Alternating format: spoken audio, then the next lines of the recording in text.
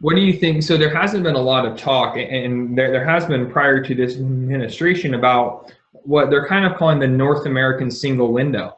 There's this idea that where the borders really aren't even borders at that point when we get into that single window kind of a scenario.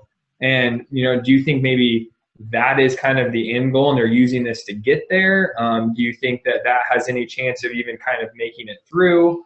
I don't know how much you're up on that, just the single window in general. Someone asked me this question the other day, and I thought this might be a good time to have a small discussion about it. But there is this idea with Mexico has the single window, and it actually had it for a while. U.S. Customs has ACE, and we're close to finally finishing something we started in, God, I think the 80s, which most people don't realize.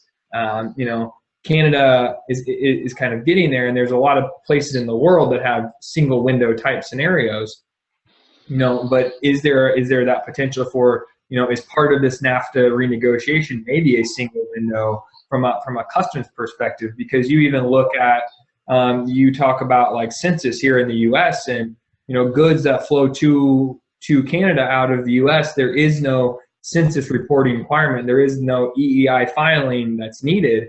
Whereas when it goes to Mexico, there is, and it's because our trade stats don't match. So, part of my thing is maybe there is a push at some point to say, hey, we need to get to this single window scenario.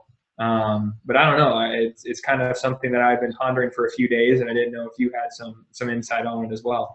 Yeah. So single window. The idea of pumping your customs declarations and customs info through a single portal in the government instead of filing redundant forms and cargo admissibility forms to multiple agencies. So as you mentioned, we've got ACE now here in the U.S. and Mexico's got one in place, and Canada's working on one. So I don't know if that'll be part of the negotiations. The draft letter to Congress doesn't really mention anything like that, but there is a goal in there that mentions seeking to strengthen collaboration in implementing the WTO's trade facilitation agreement and creating a procedure for exchanging information on trade facilitation related issues. So you could, in a sense, think that maybe a single window approach could be in there. I think what's going to happen is, well, first of all, Canada needs to have its own, come up with finish its own single window. And then I think eventually, I don't know if you'll, at least for a long time, I don't think you'll see a North American single window in the sense that, there'll be just one web-based site where an importer or an exporter will file their trade documents to for all three countries. That might be a bridge too far, or it might be something that's way down the road. But I think what you will see is because these customs administrations are working so closely together, they'll try and figure out ways that they can share the information so that one's import information becomes the other's export information much more easily, and there'll be that government-to-government sharing of those cargo or trade transactions, and so there'll have to be a little bit of a middleman there instead of a pure single window in the sense of one portal for all three governments. But so I think that's how it would potentially be handled in the interim. That's kind of what they're working towards, if you follow.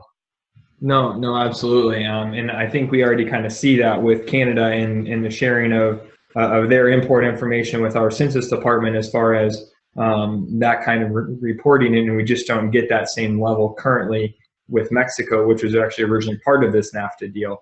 The other thing that we don't hear talked about a lot inside of even the draft letter is that U.S. truckers operating inside of Mexico, Mexican carriers operating inside of the U.S., and that was kind of trumpeted at the very beginning of NAFTA in the early 90s, kind of fell off. I think last year or the year before, we did have a few pilot programs with a few Mexican carriers.